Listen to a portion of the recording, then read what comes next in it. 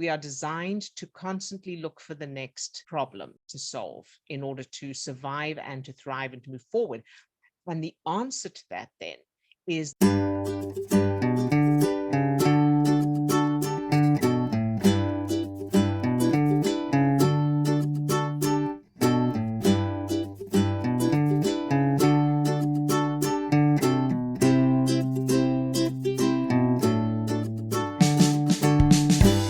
hello and welcome back, everyone. Welcome to Life Support with Odille for changing negative implicit childhood memories using the Remmert method. We've created this forum, this free forum, for those who've watched our YouTube videos or read our book and need personal help with using the techniques to get the changes they want, but aren't in a position to do one-to-one sessions. If you're new to the Remmert method, be sure to check out the links in the description of this video. And if you'd like to submit a question for me to answer, or if you'd like me to work with you in this forum, check the link in the description for the details on that as well. There is a topic that I think can never be talked about enough or stressed enough. And so I will just kind of go over that. And that is how similar the work we're doing here with changing childhood memories and changing your brain chemistry and changing the way your brain and body work, changing yourself, changing who you are and your patterns, your beliefs and all of that, how similar all of that is literally to getting physically fit. And it really helps to keep reminding yourself of that, because it's difficult to think of it, because when we want to get physically fit, we take physical action. So we go, we run, or we lift weights, or we do some other form of exercise. Whereas with this stuff, it's all happening inside. So because of that, there's an illusion that while getting physically fit is a physical thing, doing this work is not physical, but it is. It is absolutely physical. You're still using your actual physiology, and it takes the same kind of commitment, the same kind of consistency, and the same kind of determination, and same kind of mindset, really. So keep reminding yourself of that, because we tend to think, because we can think like that, we can, think of an orange, there's an orange. We don't have to physically do anything to think of the orange. We think that that's what change is. So we expect to think differently and then everything's different. That's surely how it should work.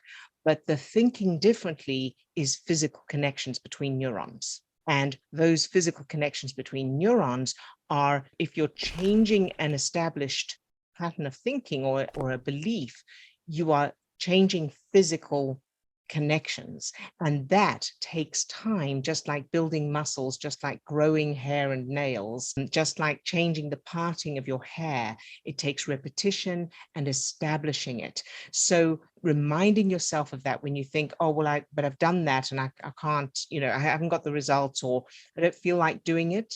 That is the same as you want to get fit and you need to work out. If you don't feel like doing it, that's okay. You don't have to, but of course, then that's the results you'll get.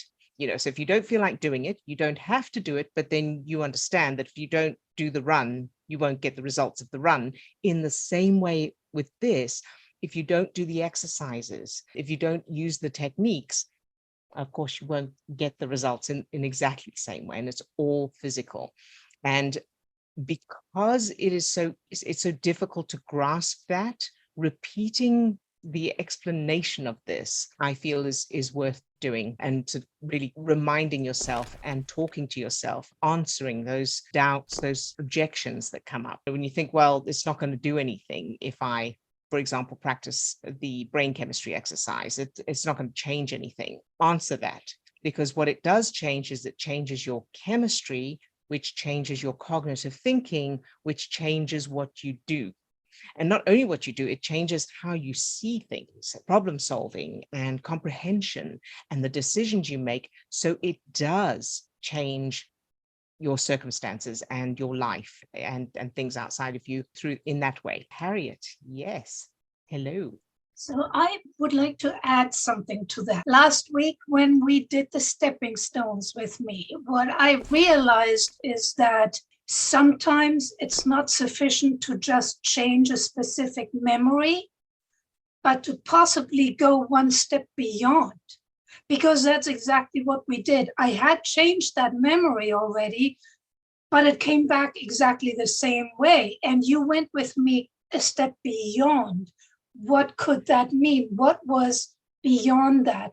And ever since then, that stepping stone change that you did with me did something to me. Ever since then, it's just uplifting me. It's so good. So what I'm trying to say is just don't stop with just that memory. Maybe ask when you work on yourself, maybe ask, is there possibly, does that have another meaning? Is there a feeling behind it that needs to be changed as well?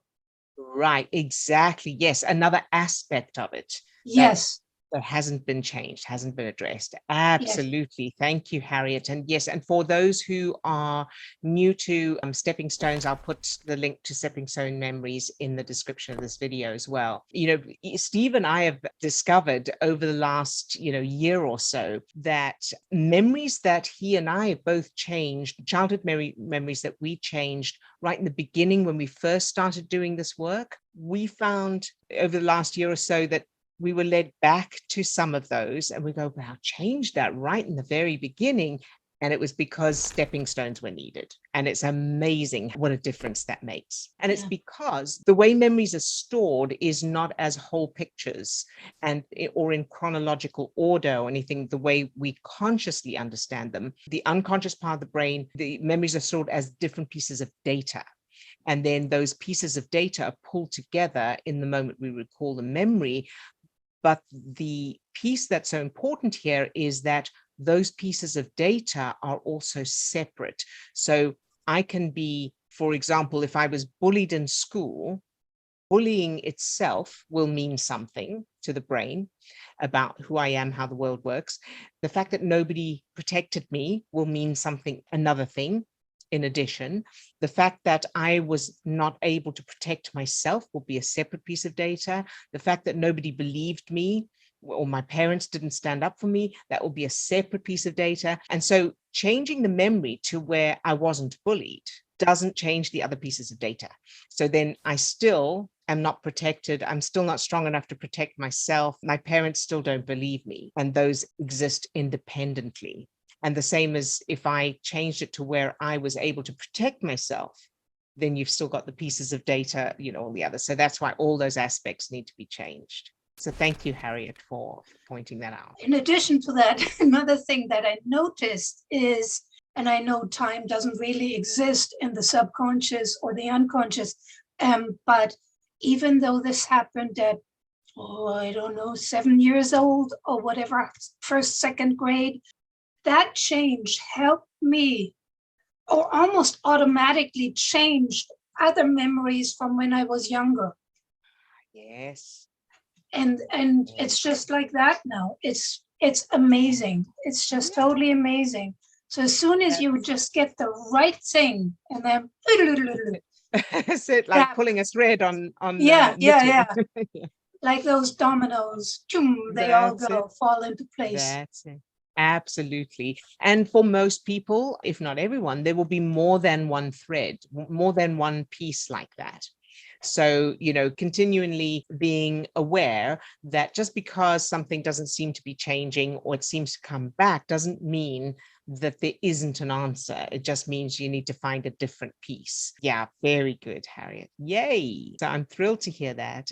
So a reminder to everyone, you can always send your questions by email to me, and I'll answer them, and you can get the answer in the recording, and you can be anonymous. I can also work with you no content, which means I can help you change a memory without you needing to tell me what it is, so without you needing to share any details or anything. And for those who haven't yet joined our school group, our emotional health group, we would love to have you there. It is growing nicely, and it's a very supportive private group for emotional health. The website address is school, spelled SKOOL, school.com, emotional health. So I hope that's helpful. Hi, Swasti. You're just in time. Hi, I'm so sorry. That's all right. How are you doing? I'm good. How are you? Very good, Good. thank you.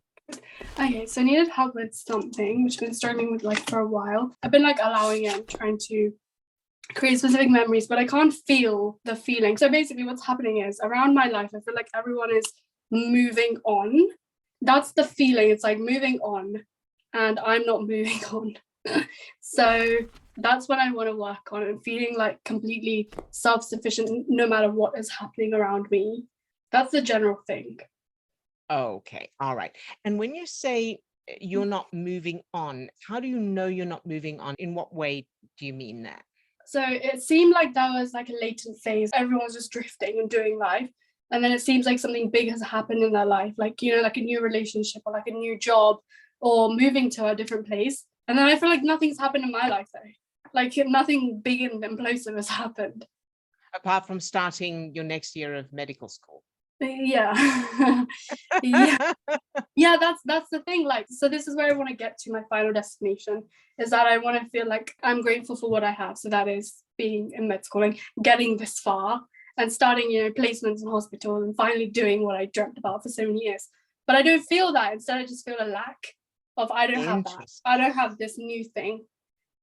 Isn't that interesting? And I wanted to, because somebody else spoke to me a little while ago about receiving a sum of money that they had wanted.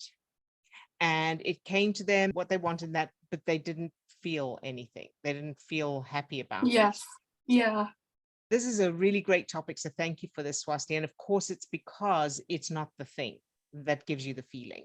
Yeah. So as I said to that person, it's the money itself can't give us feeling. And I remember hearing this, you know, before I started changing stuff. And, you know, I remember people saying you can't get your happiness from other things and that. And I remember thinking, yeah, no, I can. That is what I need to feel happy or feel safe or whatever, because I didn't know then about the physiology of it.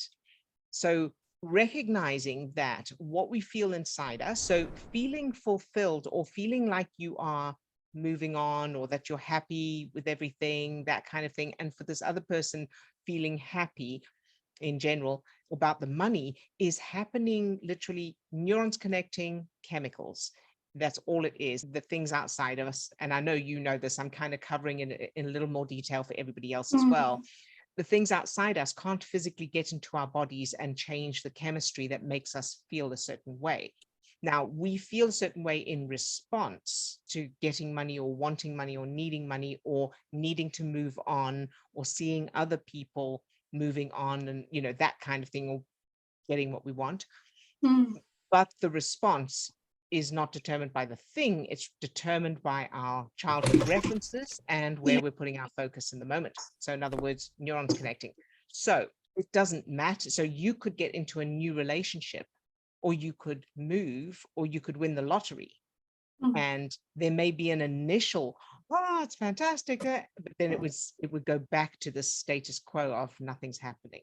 Yeah, nothing's happening. Yeah. Yeah. And I've had that feeling myself as well. Yes, that's what it is actually. It's like waiting for something to happen, but when and when that's what? Right. That's right. And I know what my reference for that was. Let's find yours. Okay. So that feeling of waiting for something to happen and it's not happening, or just the feeling of waiting for something to happen. Anything come to mind from childhood, and go with the first thing, even if it doesn't make sense, even if it doesn't seem related. Yeah, so because like I said, I've been working on this for a while. So what I was trying to do, and I think this is related, is making my parents excited. And I put a lot of things in the Facebook group about this, but I literally can't. The feeling is not happening. So my parents being excited about, so this was a suggestion, my parents being excited generationally, and then therefore they can give me that excitement about things, you know, like about most mundane things, but they're very bland in my mind. We don't have that connection feeling, or we don't have that excitement together. Okay, so something that has occurred to me as you were saying that, and I think this is going to apply to a lot of people, is a lot of us tend to protect ourselves by not getting excited about things. And that often comes from the parents who are protecting themselves from don't get too excited, well, we'll see how it, we'll see. I'll believe it when I see it, that kind of thing. And what that is it's survival, of course, it's protection, because it's quite vulnerable, or it can feel quite vulnerable to get excited about something. Mhm. And I remember having that reservation, oh yeah, that's nice, and not being too expressive.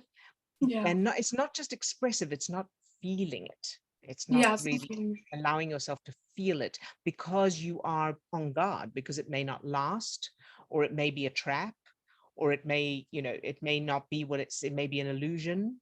Mm. You may get punished for wanting it, or, there's all kinds of possible references there.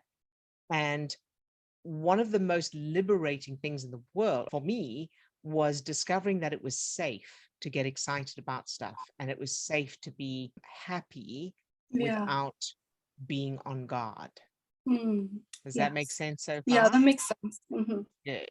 So now we look at your parents. You learned how to curb your enthusiasm through your experiences of your parents. So through witnessing them, and also through your own experiences in their company. So looking at your parents, first of all, have you ever seen them excited about anything at all? Yeah. You have. Yes. Good. Let's use that as a template if you can. Okay. Mhm. Okay. So you can think of one thing at least that you've seen them excited about. Yeah. Good. And as you think about that, as you remember them being excited about whatever that was, how does that feel? What's the atmosphere? Yeah, it's the same initial high and then just plateaus out. Ah, okay. So let's grab the high first. Mhm. So take the scene to the high and press pause. Stop it at the high. Can you do Okay. that? So now they're paused at the high, and what is that like? That's great. That's Good. really nice. Mm. Yay. All right. So that is the essence of what we're looking for, then, to thread that throughout your childhood. Okay. The feeling of that high. Yeah. Okay. So now what we want to do is we want to make sure that your brain, the unconscious part of your brain, recognizes that it's safe to have that all the way through. You don't need it to come down. Okay. So as you think about that, imagine if that was the case all the way through your childhood, any objections or resistance to that? We would just get shut down. If you were too excited, it was like, you're making too much noise. Shush, sit down. That's it. That's what Yeah. I figured there was something like that. Yeah, Yeah. we were the same, Mm. scolded for being over enthusiastic. Okay, very good. And so let's do this. I want you to imagine, you can pick your mum or your dad. We want both of them to do it, but pick the easiest one to do this with first. Whoever you think is going to be the easiest, either your mum or your dad is standing in front of you, and there's you and your siblings and maybe some friends. So there's a bunch of kids, group of children, and the parent, whichever parent you've chosen, is saying something like, so what do you think? Or how do you, is that a great idea? Right. And the children, you and the other children, go, oh yeah, that seems great. And they go, I can't hear you, like they do in shows. And you go, yay. And they go, louder. Yeah. And so they are actually the opposite. They're encouraging you to make as much noise and excitement as you can. Yeah, that's good. But I can like see my dad doing that with everyone else but me. Like, I don't seem to be involved. Oh, interesting. Very interesting. So what are you doing instead? So how do you know you're not involved? What's the difference there between you and the other children? I think I'm just passively watching, not in the group. Okay, you're physically separate from the group, and you're Yes. watching. All right. So now I want you to see if you can imagine your dad going, okay, shh, he's quietening the other children. And then he goes over to you. Okay. And he hugs you and he says, hey, sweetie, are you okay? And what would that little you say? Yeah, I'm okay if he does that. Then I'm good. Good. That's it. You needed to know that it was safe for you to join in. Yes. Yeah. Good. And so now that he has done that, does that little you feel safe to join in? Yeah, now I do. Very good. And in fact, the other children they invite you into the group so that they want you there as well. Okay. Wow. That's so nice. I feel like that dissolves that, like, oh, everyone else has things going on and I don't. Like, it That's just it. diffuses That's it out. Yeah. Yes. Mm. Because it wasn't safe. It It wasn't wasn't safe for you to be happy, excited, like the other children. Yeah. Yeah, I'm going It like was- inclusiveness too. That's nice That's too. Mm-hmm. yes, yes. So it was safe for them, but it wasn't safe for Not you with me. until now. Yeah. Okay. Very good. So now let's make sure that this is completely clean. I want you to imagine your mother doing the same thing. And can you do that? It's a bit harder, but yes, I can. Because it's Oh, just an image in my head. That's it. yes. She's like, Good, yeah. good, good. Yeah. So the fact that's a little harder means you just need to practice it a little more to Yeah. establish those neural connections and see if you can amp up the feeling of it and play around with it. You can put funny clothes or accessories on her. You can give her a megaphone or one of those blow thing, have fun with it, put some music on, whatever will help to loosen that up a little bit for you. Yeah. Okay. And I will go back generationally too, and then come Good forward. job. Yeah. Yes, exactly. Yes. So Okay. their parents and so on, so that everyone is, not only is it safe to express joy and be happy and express that, but it's also normal. That's what everybody does. Mm. Yeah. All right. Yes. Sound good? Yeah, I will work on Very some good. of those. Very good. And so now when you think of everybody else you were thinking of before, they've got things going on and you haven't. What's there now? Is it still the same? Is it different? Now I feel like I can recognize what I have going on. Like that makes me happy, and that's what I wanted. I wanted to be like, yeah, I have things too. Yes, Yeah. exactly. And thank you so much for this, Swasti, because this is such a great topic for everyone. Because the other thing is that the brain doesn't notice absence. Mm. And what I mean by that is when we have problems, or the brain is always looking for the next problem. So when we get something that we want, a problem is solved, the brain immediately starts looking for the next problem. This is why we'll never be satisfied. When people say you'll never be satisfied, and that's because that's the way the brain is, is designed to constantly focus on the next challenge, the next danger to protect us. Because if we get too complacent, the lion will come and kill us. Mm-hmm. Yes. So we get rid of one threat, one physical threat. So that lion is gone. And now if we get too complacent, the next one will kill us. Mm-hmm. We are designed to constantly look for the next problem to solve in order to survive and to thrive and to move forward. And the answer to that then is the conscious mind overriding that and intentionally looking for the things that went right, looking for the things that we have, like you were saying. Because one problem is solved and we immediately start looking at the next one, and we do that unconsciously and automatically. The conscious mind buys into that and goes, oh, but I've got this problem. And the conscious mind generally is not aware of the fact that, no, but this is solved. And now I'm only focusing on that because my brain thinks there's another danger. Yeah. Right? Yeah. Yes. So if you look back to when we first met, when you didn't even know if you would pass the test to be able to apply to university at all. Right? Yeah. And to be 3 years in now. Yeah. In medical school where you wanted to be. Mm-hmm. Yeah, no, I did recognize those, but I was like, why didn't I feel anything? Because even walking around this city, I feel like this was one of the most amazing like bookmarks that I still remember. It's like being in this city, which I'd never like imagined would make me so happy. Yeah. Mm-hmm. And, I've had the same thing with moving to America. It's what I've always wanted. And I was aware when I arrived here, and I kept saying to Steve, I never want to get used to it.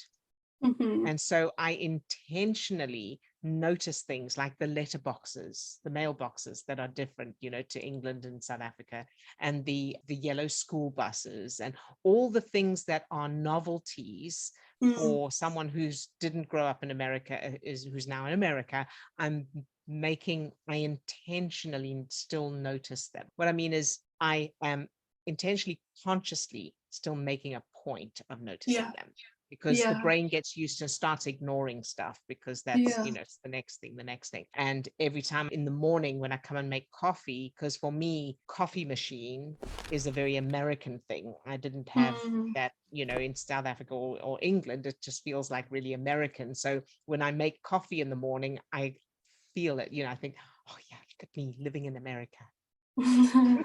Because that's that it's that wonderful feeling that I had when I first arrived. It's a great example of where we put our focus. It does go, you're right, it does go away over time automatically, but we can consciously keep it. And it does take conscious intention. And it would have gone away for me already. I've only been here, 6 years, and it had already started to go. And then I make the effort, and I choose that focus of feeling like, yeah, look at where I am. I'm so grateful. And I think back to horrible times, not to dwell on them, but to appreciate that I'm not there anymore. So I think back to times when I was struggling and I go, oh, so grateful. Thank you that I'm not still there. Including working in show business, weirdly enough, because that was my life and I loved it. But now I look back and I think, oh, I'm so glad I don't have to do gigs. I don't have rehearsals. I don't have to look for work.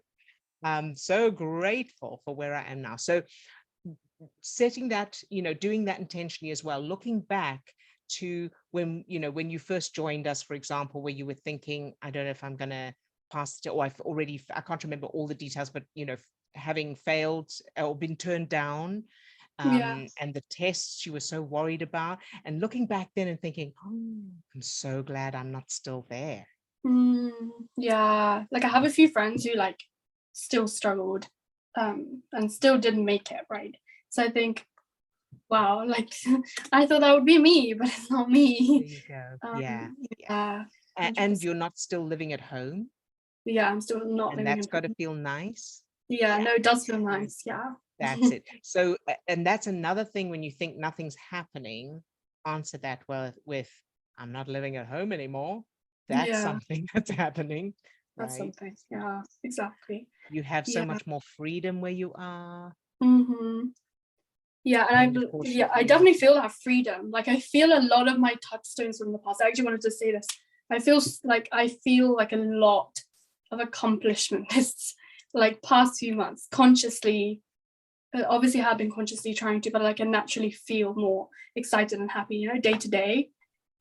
And because this is what I wanted. I don't want to sit. Lectures were difficult for me just to sit and concentrate. Now seeing patients in real life and doing clinical things, it just makes me happy and excited to see the difference that I genuinely can make.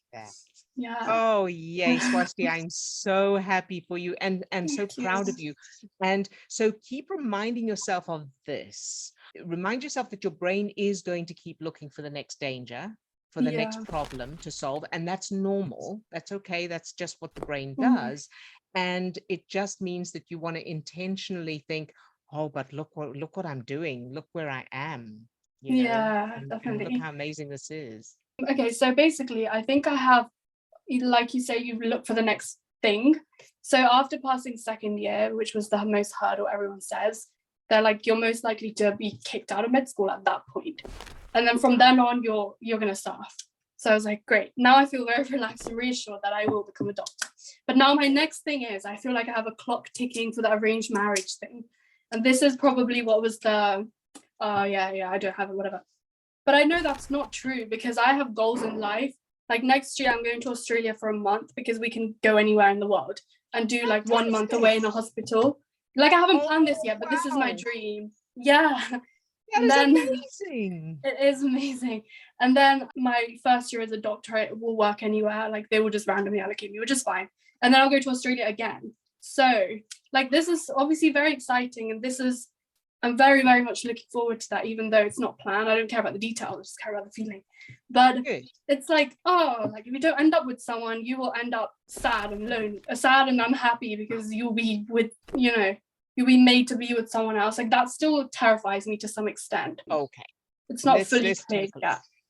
Yeah, so let's take a look at that. So has this topic of arranged marriage come up recently with your parents, or is this just you thinking about, or have they mentioned it? No, but it's the same with them. Like they worry about the next thing. It's like, oh yeah, she's definitely going to make it through med school now. Now what happens? Yeah. Okay, next. Yeah. Yeah, All what's right. next? So the first thing I like to do, as you know, is answer the conscious mind and make peace with the worst case scenario. So what's the worst that's going to happen? So let's say you don't end up with someone else. So now how is this arranged marriage going to kind of be presented to you or come up for you? The thing is, logically, it makes no sense. I know.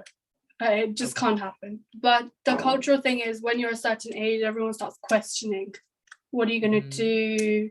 Or what are you doing? Da, da, da, da. It's like you have a career now. That's your foundation. Now what? Like now you need to get married and have kids. And obviously the reproductive age it's not very helpful. Like, after a certain age, it's just bad to have, your kids will most likely, have some like genetic abnormalities. So that's what they keep saying. And that's what I'm scared about, is that will happen in a few years. Okay. And I won't be able to handle it. Yeah. All right. So let's face this fear, because we want to look under the bed and shine the torch and not just believe there's a monster under there. Let's take a good look at it, right? So from what I can make out, there's going to come a point when people are going to be pressuring you verbally. Is that right? Yes. Yeah. Okay. And so this is another great topic, whether people are dealing with the same arranged marriage or something else. When people are speaking to you, so they're asking you questions, or they're telling you should be doing something, or, so as long as it's not physical, obviously, as long as it's verbal, there's not a lot of threat there, other than, again, what's happening inside us. Yeah. As long as we're not physically being threatened, we can literally just go, what are they going to do? Yeah. So if they start pressuring you and saying, so what are you going to do, about getting married and that, you could just say, well, yeah, I haven't thought about it really. And then they'll say probably, oh, you really should start thinking about it. And you go, okay, thanks. Yeah. What's going to happen then? Okay, so another thing is, which I didn't have before, is that with the whole, I don't know if you know about the whole junior doctor thing in the UK, like the pay is not good. Essentially, my point is I will not be financially independent for a while. And that doesn't give me any way out. So I'll be like 26 when I graduate. And in my head, that's like an age of the pressure. But I can't just walk away because I'm not financially independent. Okay, now let's take a good look at that, because are those the only two options? Give in to an arranged marriage or walk away? No. Is there any in between? No, but my thing is I need money to survive, and that comes off them. Yes, so they have agreed to support you until you're financially independent. Is that correct? I mean, I think that's a given. No one talks about it, but I'm pretty sure that's a given. Here's the thing. You don't have to be combative about it. So in other words, you can say, oh, thank you. I really appreciate it. I'll think about it. Thank you so much for you. Because where they're coming from, we know that where they're coming from is out of fear and out of concern for you. Yes. Right? So they want you to be safe and they want you to be happy. And they think that an arranged marriage is a safety net for that. Then you're safe, right? That's from their point of view. So there's no need to fight them on it. You can accept it in the way they mean it, which is they mean well, without having to actually give in to it. Right? So it doesn't mean that you have to either give in and get married to someone you don't want to get married to, or split from them and fight with them. Yeah, I think that's what I saw. It's like two options. Yeah, or either just complete abandonment. Right, right.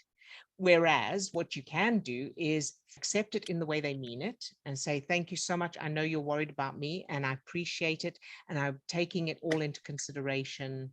I value your advice, because doing that will make them feel more secure and less frightened for you. because then in their minds, you are taking it seriously. You've heard them. You understand that it's Yeah. important, You've right? acknowledged You're it. Yeah. not resisting it. Yes. Yeah, I get How does that. that sound? Yeah, it sounds good. Very good. Good. Mhm. So keep reminding yourself of that. It doesn't have to be like, either this or that. There's a really good middle ground that is happy then for everyone, because they'll feel better, you'll feel better, and you won't have to give in to what you don't want to do. Mhm. Right. Then my second question is, what do junior doctors do who don't have parents who can support them? So I was watching some videos on this, but I think it must have gotten filtered out by my own references and fears at this point. I'm pretty sure. Because one lady was like, oh yeah, like you get through med school and you're in your first year. You're already seeing patients dying, which is like emotionally draining. Plus you can't afford your bills. Like that's why people move to Australia usually, because it's the same life, but you can support yourself. So that's the only thing I remember. She was like, yeah, but I don't know what happens when people don't have parents. I guess there must be some sort of funding, because some like people in my year have that too. I think it's like estranged parents funding or something. But I don't know how that works after uni. I don't know how that works in uni. Right. Yeah. So the point is that you won't be the only person who's dependent on your parents, and that there's a risk that may go away. Mm, There's bound to be plenty of others. And so yes. there must be other options. Yeah. And as you say, your brain is filtering them out. Yeah. Up until now. So now that you kind of are a little bit more aware of the reality of it, and that it's not this big threat, you can allow your brain to be open to other opportunities and to exploring if the option is move to Australia for a year or two, or, there's bound to be all kinds of possibilities out there. Mm-hmm. And the fact that doctors, they're needed. So good doctors are in demand, presumably. Yeah. There must be a way to support new doctors are supported. That's true. Yeah. So those options will be out there, and there will be a way. There will be a way where if you need to not be reliant on your parents, that you will be able to manage that. Yeah, that's true. Yeah. An alternative to an arranged marriage. Yeah. Yeah. Mm. So it's not either you're stuck in an arranged marriage or you don't get to be a doctor. Yeah. So how do I get rid of this fear apart from this? Apart from consciously realizing that? So consciously realizing it is the first step. So now, as you think of this whole thing of arranged marriage and that kind of thing, what's there? How do you know this is, where does your mind go? My mind focuses on the age, like hyper focuses on the age. At the age at which you are equals certain things. Oh, okay. And who decides that? I mean, me, but which age? Right. But the way you're thinking of it, so you said 26, who decides at 26 this is what should happen in your world? I mean, me, but I think it's because my parents have the drilled dialogue of at 21 we were married, at 21 we were mature, all of that. It's just so irritating because it's a very different world, but they haven't realized that, which is, it's okay. It is okay. It is actually okay, because them saying at 21 we did this and at that age we did that doesn't have to mean anything other than the meaning you give it. Yeah. Right. It can just be, oh, very good, well done, that's nice. Right. And it's only if they say, so why aren't you, or so you should, then you can answer that with, oh yeah, but of course it's a very different world and you weren't in medical school. I think this is the thing, whenever I did answer any of this, and even as a child, so this is probably the speech which needs changing. Even as a child, there was always some sort of comeback. It was like, but my dad was like, you're not the only one who's studying. You aren't the only person in the world who's studying and doing this and doing that or whatever. It was almost like my problems were minor or their problems were bigger, which I understand when you're in that situation, your problems are the biggest. But it was the comeback. I was never listened to and that's okay. It was always like, no, absolutely not. There you go. That's where it is. Fantastic, Swasti. Good catch there. So make sure that you are creating those, changing the memories and then creating scenes where it's the opposite. So you are saying to your dad, oh, don't worry about my problems. And your dad is going, no, of course, you are my child. Your problems are my problems. I want to help you solve them. We'll solve them together. Okay. Yeah. So that little you has that feeling of, my parents have my back always. Okay. And how do I create that? How do I create a safety in their childhood? Because I tried creating, abundance in terms of money, but it doesn't seem to be cutting it. Did you say in their childhood? In their childhood, yeah. In their childhood. The same scene I've just described to you with your dad, that same scene with their parents. Okay. So your dad with his parents saying, you're okay, sweetie, and him feeling like, my parents have my back. Okay. And the same with your mum. So because money, is just, that's a kind of symptom or a extraneous thing. It's not the experience. Yeah. So because there's plenty of people who have plenty of money and still don't feel safe. That feeling of safety is core, and that comes from, not from having plenty of money, but from parents that are supportive, safe in themselves. So the child can see that the parents are safe, that the parents feel safe and secure and happy and peaceful and relaxed. Those kinds of things are the things that create safety in the child. Okay. Yeah. So do for each of your parents, the child that each of your parents was, do for them what you're doing for your own childhood. Okay. That makes sense? Yeah, that makes sense. But how do I amp this up? Like, how do I amp up this feeling of support? Of support? Yes. Yeah. So let's pretend for a moment that you had the perfect parents and they had the perfect parents. So you come from a long line of perfect family. Everything's perfect. Yeah. How would you know that it was perfect? I have a friend who I've been using as a template because her life is perfect. Her only worry is which holiday she's going on next. And I love that. I love that. So I'm like, I want to use that. So her family's perfect because she has no issues ever. There you go. So now as you imagine her family and you kind of drill down to the details, go into the details of it. It doesn't need to be real, of course. It could be whatever you think the details would be.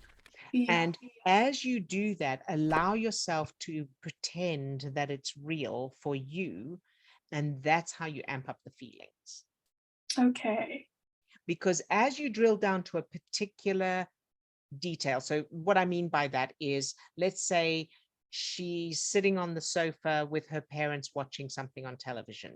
What is that like? What does it look like? What does it feel like? What are their expressions? What are they watching maybe? What are the sounds? What are the textures? And as you do that, of course, those connections between neurons of every detail that you notice are producing those feel-good chemicals, which will amp up those good feelings.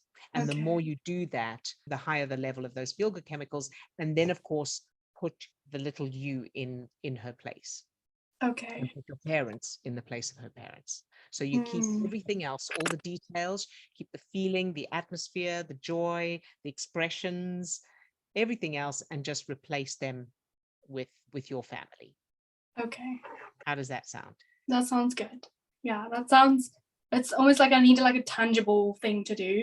So that makes sense. Like answering those questions as I'm creating the memories helps like make it stronger. Right. Yes, exactly. For everybody else as well. That's why with the good memories, with the new memories, the positive memories, do want to go into details to create those chemicals, those feel-good chemicals. You don't have to, but that is a place where you can, if you want to amp up the feelings, go into the details. And it's the reason we do not want to do the same with the negative ones. We don't want to focus on any details of the negative memories, because the same thing happens. Connection between neurons produces the chemicals. So yeah, so just to clarify that for everybody else as well. So how do you feel now, Swasti? I feel so light. You feel, it's like a breath of fresh air. Yeah. And when you think of the concept of arranged marriage, how do you feel? I feel more free because I am I have like another friend who is very much like, she was talking about this yesterday. She goes, I don't want anything long term ever. And I was like, whoa. And I was like, that's perfect. Like, I mean, I do, but not, I don't want it in terms of by a particular age. Like, I don't want a timeline. And I was like, you're very free. It's nice. Yeah, because there are certain things, you're probably unlikely to be able to have children at 70 years old, right? Yeah. But, there's a lot of leeway. I only had my son when I was 31. Yeah. So 26, you still got a way to go, even after you graduate. Yeah. And it's all, individuals and that. And of course, you're going to be a doctor, so you'll know better than anybody the biology of it, right? What's possible and what's not. And knowing that you have control over your decisions and you're not at the mercy of anything outside of you. If you get to 26 or 27 or 28 or 30 and you think, oh, I really want to have children now, then you will find a way. You're with someone, great. If you're not, there are all kinds of options. Yeah. And there are options that probably nobody knows of yet. Yeah, that's true. Yeah. But if you are closing yourself in thinking this is the only option there's this or this, then you won't be open to anything else anyway. Yeah, it's so weird because it's like, I don't want anyone right now, but my mind is constantly like, you need someone. It's almost like it's the protection thing. It's like, if you don't want this, you need to find someone yourself. And I was like, yeah, absolutely not. Yeah, I'm not interested right now. And I would also go to, what if you decide you're not going to get married? Yeah, I was thinking that too. Yeah. That's also okay. So give yourself permission to do whatever feels good. Doesn't matter what you're supposed to do. Yeah, not what you're supposed to. Because it's all safe, unless you are going to be physically kidnapped and forced to marry, then everything else is, you can deal with it. Yeah, exactly. Okay. All right. Yeah. Good job. Good job. So liberating. Yeah. Thank you. I'm so glad to hear that, sweetheart. Good job. Thank you so much. You're very, very welcome. Thank you. Thank you so much for sharing. And to everybody else, let me know if you have any questions, you need clarification on anything. And of course, see information and the links in the description of this video for future reference. All right, everyone. Thank you so much. And I will see you next time. Lots of love. Bye-bye.